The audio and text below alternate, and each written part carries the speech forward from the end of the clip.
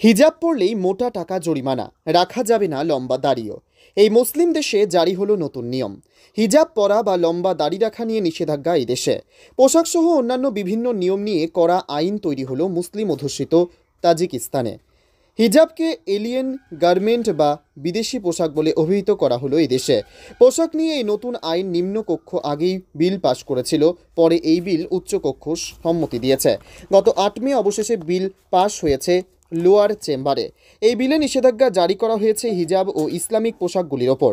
তাজিকিস্তানের এক সংবাদ মাধ্যম থেকে জানা গিয়েছে যে এই আইনে শিশুদের পড়াশোনা নিশ্চিত করার কথা বলা হয়েছে, পাশাপাশি সুরক্ষার দিকে নজর দেওয়ার কথাও বলা হয়েছে।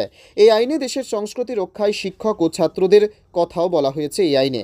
তাজিকিস্তানের 96%-এরও বেশি মানুষ মুসলিম। 2009 সাল থেকে এই দেশের সরকারি ধর্ম ইসলাম, তবে অন্যান্য ধর্ম পালনে কোনো নিষেধাজ্ঞা নেই এই দেশ।